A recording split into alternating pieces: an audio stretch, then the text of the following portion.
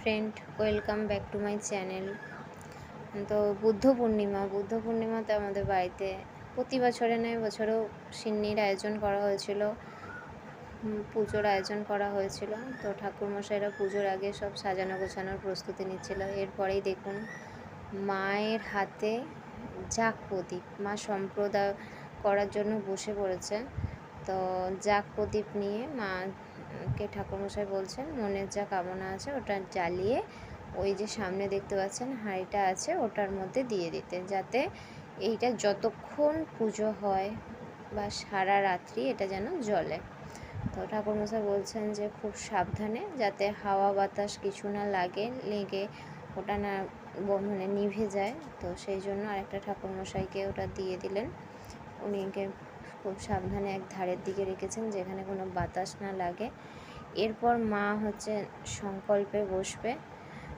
তো ঠাকুরমশাই সংকল্প করার আগে বলে দিচ্ছেন যে কেউ পাশ থেকে কথা বললে বা কিছু বললে কোনো দিকে মন দেবে না, একদিকেই ধ্যান, মানে আমার মন্ত্রের দিকেই ধ্যান দেবেন। এরপর আরও অনেক পুজো পাঠ সারাদিন হয়েছে, সবটা তো দেখানো আপনাদের সম্ভব না।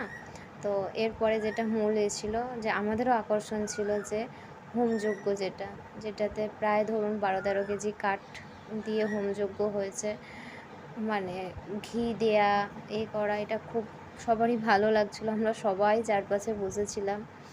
তো এরপর প্রায় 2-2.5 ঘন্টা ধরে চলেছে।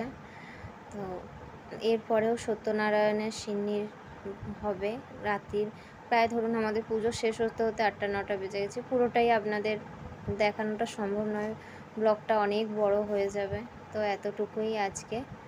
তো আশা করি সবাই ভালো থাকবেন, সুস্থ থাকবেন, আর দেখা হচ্ছে নেক্সট ব্লগে।